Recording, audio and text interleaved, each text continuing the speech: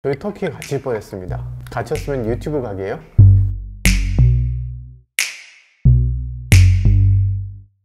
안녕하세요, 모카 김한영입니다. 메르세데스 벤츠 E클래스 신형이 드디어 나왔습니다. V6 사라졌고요, 디자인 바뀌었어요. 심지어 SUV 스타일도 나온다고 해요. 그럼 어떻게 나왔는지 한번 살펴보시죠.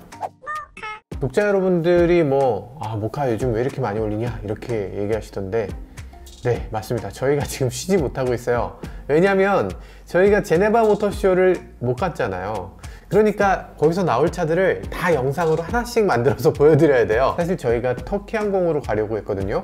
근데 터키 항공이 갈 때는 괜찮은데 올 때 한국으로 돌아오는 편이 끊겼어. 갇혔으면 유튜브 가게예요? 다행히 제조사들이 온라인을 통해서 신차 발표를 해주고 있거든요. 이거 다 보여드려야 되는데, 그러려면 여러분은 뭐 하셔야 되죠? 그렇죠, 네, 구독하셔야 됩니다. 제네바에 나와야 했던 차들 중에서 여러분들이 가장 보고 싶어하는 차 설문조사했더니요, 바로 이 차라고 하던데요. 메르세데스 벤츠 E클래스의 페이스리프트입니다. 우리나라에서 가장 많이 팔리는 수입차, 한창 많이 팔릴 때는 한 달에 4,000대 넘게 팔리던 바로 그 차. 이 작은 땅덩어리에서 미국만큼 판매된다는 바로 그 차. 대단하다. 어찌됐든 그 차가 이번에 페이스리프트 됐습니다. 직접 한번 보시죠. 지금 벤츠 본사에서 나온 자료를 보면요, 이번에 E클래스 썰룬 그리고 에스테이트가 발표됐대요. 썰룬이 뭐예요? 썰룬은 우리나라에서 말하는 세단을 썰룬이라고 하고요, 여기 에스테이트라고 하는 게 외건이에요. 유럽에서는 C클래스는 대부분 다 외건, 소형차는 거의 다 외건이죠. 실용적인 거 굉장히 중요하니까 주말 되면은 생필품 같은 걸 막 때려 넣고 와야 돼서 사실 외건 아니면은 거의 보기 드뭅니다. E클래스 정도 되면 그래도 여전히 실용적인 차로 보니까 외건도 꽤 많이 팔리고, 세단으로만 나온다 이런 차들은 7 시리즈, S클래스 이런 차밖에 없어요. 그러니까 우리나라에 있는 세단들이 유럽에 가면은 맥을 못 추는 거죠.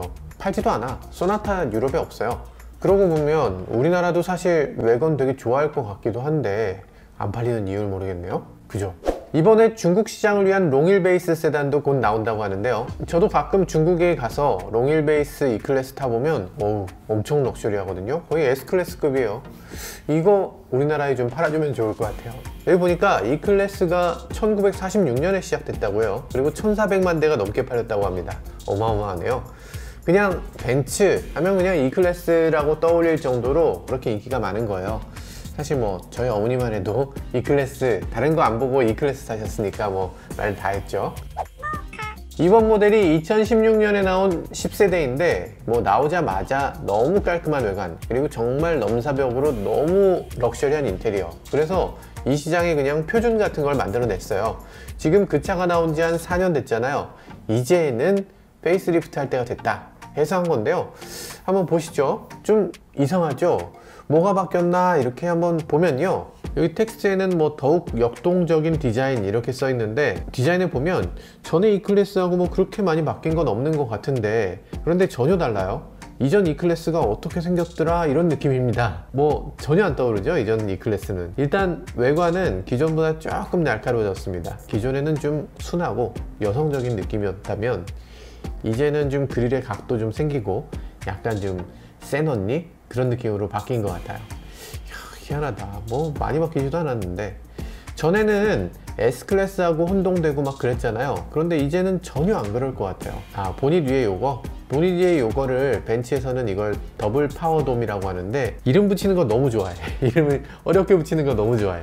그냥 볼록한 거 있어요. 볼록한 거 그냥 이렇게 있다. 전에는 S클래스 닮아서 잘 팔린다 이런 얘기도 많았는데, 이제는 그런 건 잘 안 될 것 같아요. 약간 C클래스 같은 느낌도 좀 있거든요. PD님 이 새 디자인 좀 어떠세요? 저는 마음에 듭니다. 마음에 드세요? 앞모양이 너무 C클래스 같잖아요. 이거 E클래스 같이 보여요? 네. 그렇군요. 근데 여기 보이는 램프가 이게 예사 램프는 아니래요. 무슨 레이저 이런 건 아니지만 전부 LED 램프고요. 그리고 옵션으로 멀티빔 LED를 넣을 수 있게 됐다고 해요. 멀티빔 LED는 뭐냐면, 마주오는 차가 이렇게 있으면 그 차만 딱 피해서 그 차 주변으로만 상향등을 비춰주는 기능이죠. 그러면서 동시에 울트라 레인지 하이빔을 지원한다고 하는데, 아니 얼마나 세면 울트라 레인지라고 하냐. 아무튼 굉장히 멀리까지 비춰주는 하이빔이라고 합니다. 뒤쪽은 지금 앞쪽보다 훨씬 더 많이 바뀌었어요. 램프가 새로 느낌이었는데 이제 가로로 이렇게 왔고요.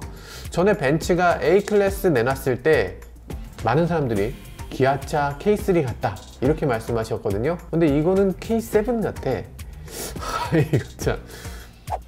특히 이 크롬은 이거는 디자인이 너무 한국차 같은데, 이거 YF 소나타 리어에 있던 그 크롬하고 구조가 똑같잖아요. BMW도 좀 YF 비슷하게 가더니 이게 왜 세계 자동차 회사들이 다 현대기아차하고 닮은 꼴을 만들려고 하는 겁니까? 소리가 들려요. 악플? 너무 국뽕이야? 이러면 안 되나? 죄송합니다. 제 눈이 지금 약간 동태눈인 것 같아요. 실물로 보기 전까진 모르는 거니까요. 하긴 오래 보면 역시 벤츠라서 멋지다 이렇게 하게 될 겁니다. 여기 번호판에 왜 MP라고? 아니 야 잠깐만, 뭐 큰일 날 말씀을 하세요. 그냥 보내버리려고 그러시네. 이거 무슨 정치적인 거 이런 거 생각하시는 분들 계신데 그런 거 절대 아닙니다. 큰일 날 말씀이에요. 메르세데스 벤츠 약자예요. 근데 요번에 벤츠가 F1에 그 DAS라는 걸 내놨다? 듀얼 엑시스 스티어라고 해서 이렇게 핸들을 당기면 바퀴 토인이 막 이렇게 바뀌어요. 이렇게 오므라졌다 벌어졌다. 이거 보셨어요? 못 봤어요. 그걸 다스라고 해요. 이걸 보고 다스는 MB 거구나 이러시는 분들 계신데 그거 절대 아닙니다. 그건 그거고 이건 이거예요. 전혀 세상에 세상에 개그맨들이 너무 많은 것 같아요. 그죠? 네. 외부는 그렇고요. 실내는 좀 특이한 게 딱 하나 있죠. 어쩜 실내가 이렇게 변하지 않고 다 똑같니 하는 생각이 드는데, 핸들은 완전 달라졌어요. 지난번에 저희 영상 보신 분들 아마 미국에서 실제 주행하는 모습도 보셨을 텐데, 이거 변화된 거 거의 없지만 핸들은 아주 큰 폭으로 바뀌었거든요. 핸들 주변에 정전식 센서를 달았어요. 그래서 손을 떼면 차가 바로 알 수 있게. 그런 기능이 있는데 왜 필요해요? 반자율 주행을 하게 되면 뭐 차가 알아서 다 해주니까, 운전자가 이제 딴짓하거나 뭐 잠들어 버릴 수도 있잖아요. 그렇게 되면 잠들어서 손을 떼게 되면 바로 경고해 줘야 되는 거지. 아니면 뭐 핸드폰 본다 이러면 빨리 핸들 잡아라 이러면서 경고해 줘야 되는 거지. 발 대고 있어도 되나요? 발? 핸들에 발을 대고 있어? 그거 될 것 같은데요? 신박한데? 될 것 같습니다. 네. 어쨌든 이거 앞으로 자율주행으로 완전히 넘어가게 되면 필요 없는 기능이에요. 그런데 그때까지는 과도기적으로 어떻게 운전자의 주의가 집중되고 있는가 아닌가 이런 것들 분석하는 기술이 많이 발전해야 합니다. AMG 라인, AMG 팩 아니면 AMG 차종은 여기 스포크가 무려 6스포크가 됩니다. 이거 처음에 보면 굉장히 괴상하게 보이는데 나중에는 적응이 될 것 같아요. 아마 다른 메이커들도 다 따라갈 것 같습니다. 여튼 뭐 벤츠는 약간 까방권 같은 게 있어요. 그래서 까임 방지가 제대로 되고 벤츠가 멋있네 이런 식의 느낌이, 저는 그런 거 별로 없는데 그렇게 느끼시는 분들이 많이 있는 것 같아요. 네, 이렇게 특이하게 한 이유는 결국에 반자율 주행 된다 이걸 더 강조하기 위해서일 텐데요. 액티브 디스턴스 어시스트 디스트로닉, 진짜 벤츠가 이름을 일부러 이렇게 어렵게 만드는 것 같아요. 뭐 코너링에서 속도 줄이고 뭐 그런 거 지원되는 어댑티브 크루즈입니다. 액티브 스탑 앤 고 어시스트도 있고요, 액티브 브레이크 어시스트도 있고, 뭐 주차장에서 측면부를 더 강화했다 뭐 이런 것도 있고요. 이 클래스는 원래부터 전진, 후진 뭐 이런 거 핸들 돌리는 거 다 되는 자동 주차 시스템 원래 지원했고요. 하여간에 뭐 ADAS 기능 다 달려 있습니다.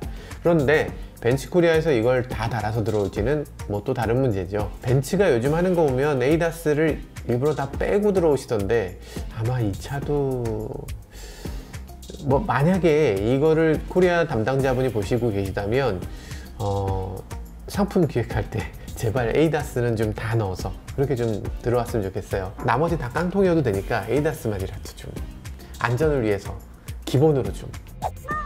벤츠 코리아 얘기가 나와서 말인데, 이게 보도자료 저희가 받았잖아요. 보도자료를 잘 보면요, 이 벤츠 코리아에서 번역한 거 정차 중 3가지 단계를 통해 운전자의 성능을 향상하고 에너지를 제공하는 파워냅 프로그램이 들어있대요. 운전자의 성능을 향상한대. 도대체 정말 왜 그러세요? 운전자 성능을 어떻게 향상하냐? 일단 냅이 뭐예요? 냅이면 낮잠이잖아요. 이 차의 파워냅 기능은 낮잠 자는 기능입니다. 뭐 상상이 안 되셔서 번역을 잘못하셨겠지만, 운전자가 휴게소에서 좀 잠시 잠들 때 뭐 이때 잠자기 좋은 온도, 음향, 기울기, 뭐 마사지 이런 걸 잠자기 전에 잠들게 하도록 하고 잠자는 동안에 편안하게 하고 깨우는 과정까지 다 해서 운전자가 정말 제대로 쉴 수 있게 하는 거, 이게 파워냅이에요.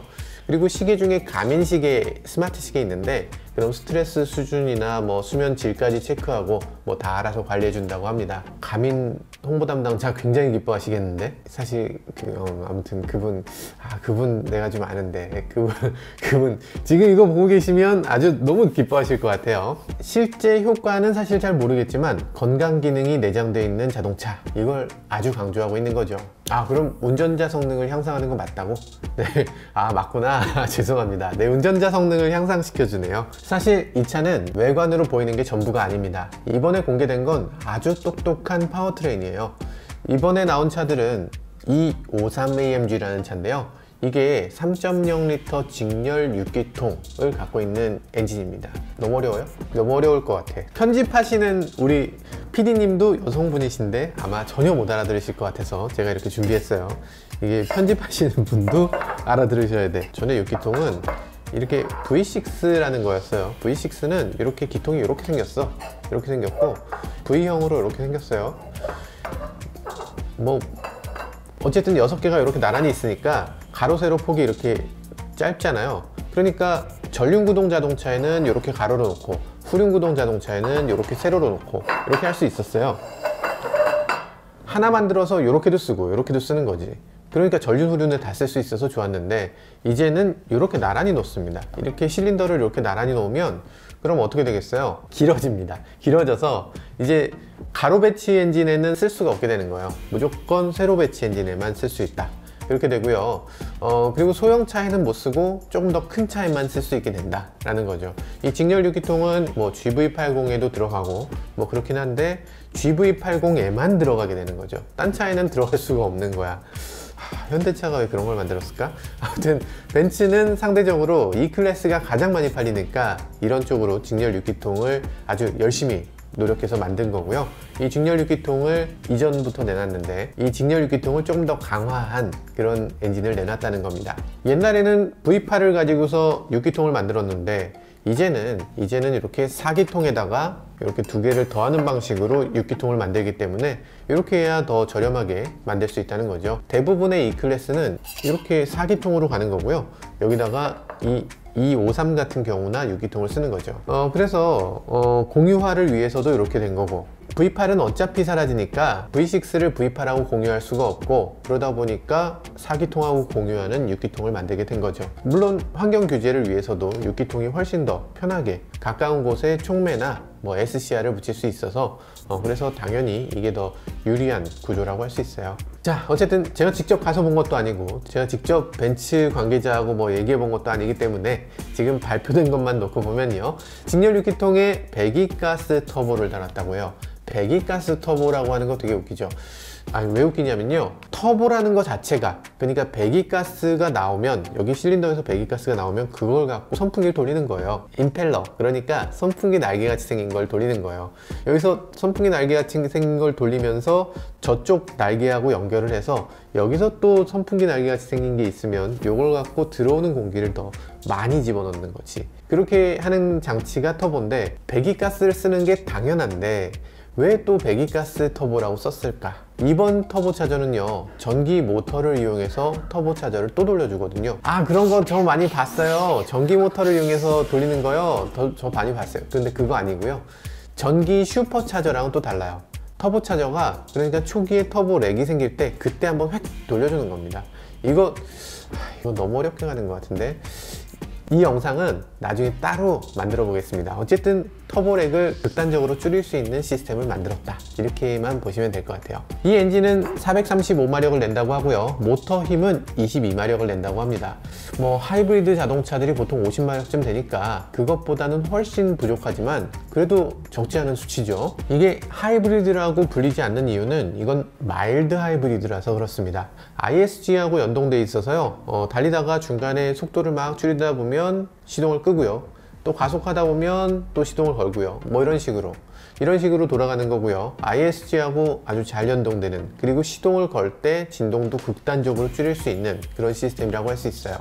이거는 모든 E클래스 엔진에 다 들어가 있고요. 가솔린, 디젤, 플러그인 하이브리드 이런 걸 포함해서 7개의 파워트레인이 나온다고 하네요. 마일드 하이브리드가 뭔가요? 마일드 하이브리드가 뭐냐, 사실 이거 하이브리드라는 말이 들어있으니까 오해하시는 분들 정말 많이 계시던데 하이브리드가 아닙니다. 마일드 하이브리드라고 하면 그냥 아주 작은 모터 발전기를 쓰는 거예요. 그러니까 우리가 인테그레이티드 스타터 제너레이터 아니면 스타트 알터네이터라고 하는 장치인데, 지금 보면은 자동차들이 알터네이터를 별도로 끼우는데, 근데 벨트로 연결되어 있는 거, 그 아저씨들이 왜 알터네이터 나갔어요, 뭐 제네레다 나갔어요, 제네레다 갈아야 돼요, 뭐 이렇게 카센터에서 막 얘기하면서 뭐 20만 원입니다 호객님 뭐 이렇게 하는 거 있잖아요. 그게 원래 별도로 돼 있고 그게 고무 벨트로 이렇게 돈다고. 근데 이제는 그게 그냥 변속기랑 엔진 사이에 들어가는 거예요. 그래서 시동 걸 때 그게 그냥 도는 거지, 벨트가 있는 게 아니고 그게 그냥 돌아서, 그래서 그냥 거는 거. 시동 걸 때 그거 썼어? 오, 야, 그거 갖고 시동을 걸고 그냥 끝이야?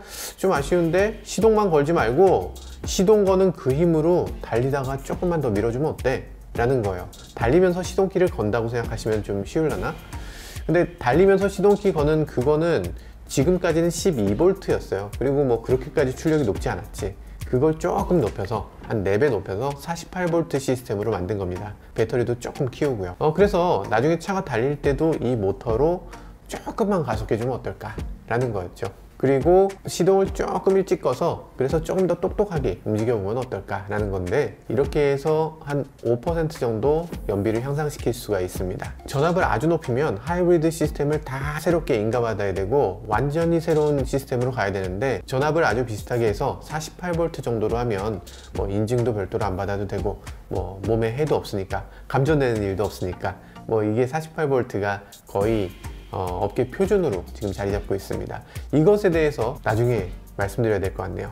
나중에 말씀드려야 될 게 너무 많다. 네, 변속기는요 AMG의 9단 TCT 변속기가 들어갑니다.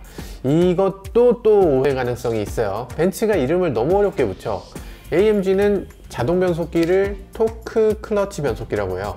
그래서 TCT라고 하고요. DCT, 우리가 DCT라고 하는 걸 멀티 클러치라고 해서 MCT라고 합니다. AMG 같은 경우 그렇다는 거죠. 복잡하죠. 그냥 뭐 좋은 9단 자동 변속기다 이렇게 생각하시면 됩니다. 많은 분들이 바라시는 에어 서스펜션도 여긴 들어갑니다.